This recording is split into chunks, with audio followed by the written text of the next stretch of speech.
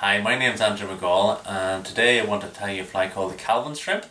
It's actually a Scottish pattern, but as you can maybe tell from my accent, I'm from Ireland. But it's a pattern that's actually done very well over the last couple of seasons here, as well as obviously Scotland. And really what the first thing I want to do is to show you some of the materials that we'll be using today. There's quite a range of them and they're quite specialised, so I just want to maybe take just a few minutes to go through those and tell you a wee bit more about it. Okay, well, as I say, these are the materials that we're going to be using in the fly today. I'll just take you a very quick run through them, and then we'll talk about them a wee bit more in detail as we actually use them. So as you can see there, we've got two types of hackle. We've got a orange cock hackle and then a dyed badger, dead red badger. Then we've got jungle cock for the eyes of the fly. And then if we start at the top here, we've got orange fox, Arctic fox. And then three types of Arctic runner, magenta, red, and then orange. And then a bit of bling, always like a bit of bling, and this is angel hair, it's fuchsia colour. And then we've got some light bright and some red seal's fur, which is for the body. And then we're going to be tying it on a tube, so we've got a couple of different diameters of tubing and a couple of cone heads there. And just various tools that we'll be using, tying thread, just to save a bit of time. I've also made up the various materials here, so that's a bit of the dubbing, jungle cock eyes, we've got the orange wing, and then the three elements of the tail, the Arctic runner, and that's pretty much all we'll be using today, so I think we'll get started. Okay, well, as I say, what we're going to do today is we're going to tie a tube version of the fly rather than a hook, tied on a hook. And what we want to do is we're going to be using Eumer materials. I find Eumer very good. They're very well made, and also they're very consistent in terms of diameters and things like that. So I just find they're a very good quality product. And what we'll be doing is we're actually going to be tying on a plastic tube with a cone head. And to do that, the Eumer comes in 4 different sizes of tubing. There's an extra small, a small, a medium and a large.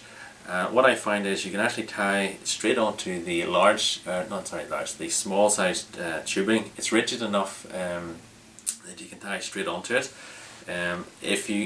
The extra small tubing is actually a little bit too fine, it's not rigid enough to tie onto.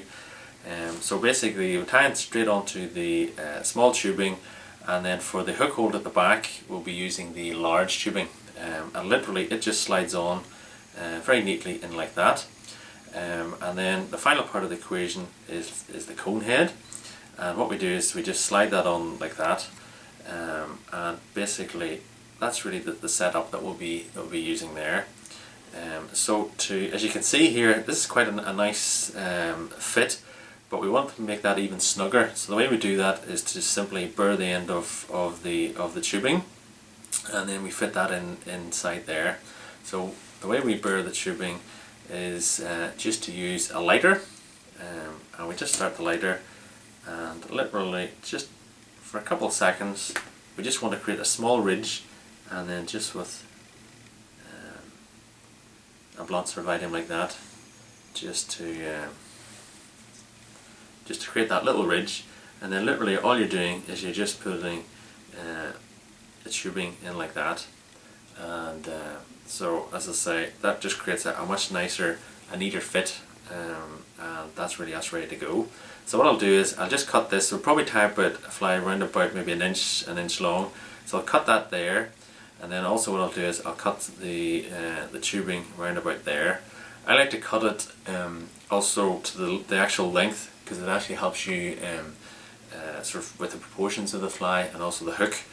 Some people don't put the tubing in, but I just find that if you actually cut it to the right length, it just helps you with the proportions of the fly. So we'll take that apart there, and then what we'll do is we'll cut this right to the right size. And as I say, the fly is approximately going to be about an inch long. So that's us really ready to go. As you can see here, I'm just using one of the tube fly adapter tools. You can get various different ones. This is a Eumer one, which is very easy to use, just literally slips into the vise. and it's also tapered, so it creates a nice snug fit on plastic tubes. Plastic tubes are much easier to tie on than metal tubes, because the metal tubes then you have the issues with them spinning, but in the plastic tubes it's much easier. So literally we just put that onto the tube, or to the needle, and then the tying thread I'm using today is, I use different ones, but it's probably the most common one I use is UTC. This is UTC 70, which is fine, relatively fine, but for most salmon flies I find that it works fine. And the other good thing about UTC is it lays very flat, so it helps to reduce the bulk. So what I'm going to do is, just to start off with, is to tie that in, and tie it up the body, and we'll just snip that off. And then whenever you're using plastic tubes, one of the things you need to do is to just put a very thin bit of varnish onto the tube, and this just helps to create a nice bed, and also to make sure that the tying thread doesn't slip round.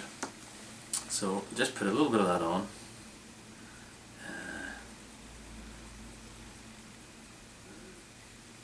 Like that. And then also the important thing to do when you're tying a tube fly is to do lots of whip finishes every time you complete a stage, because you don't want to, if the tube slips, and then sometimes the thread can slip off and you would lose all the materials you just tied in. So just as it's a good sort of habit to get into, just to do that.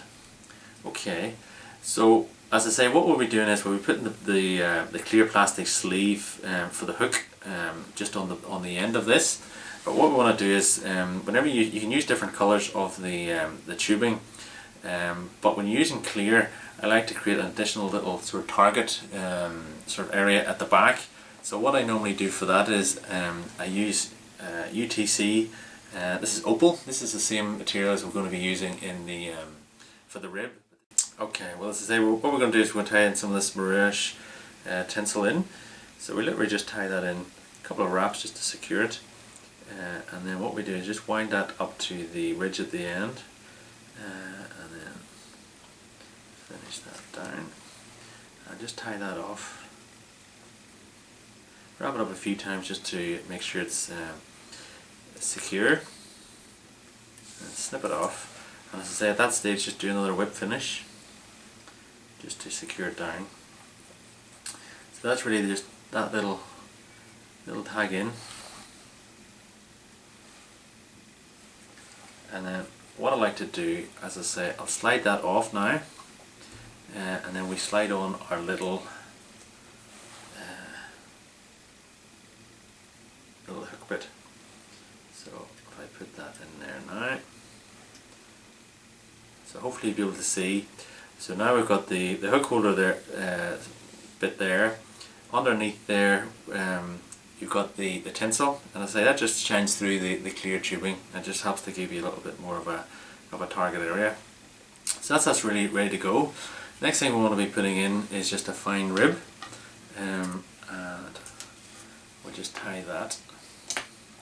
And again, the same thing is, the other thing with the rib is, one of the reasons why you want to put a rib in, if you put the tail too close to that ridge, it can actually cause the tail to flare up. So if you put a short rib in, it actually helps to move the tail a little way forward, so that it sits more at a natural angle. So literally we just tie that in at the side, and then tie that in. And probably about 3 to 4 turns is all you'll need. So tie that in like that.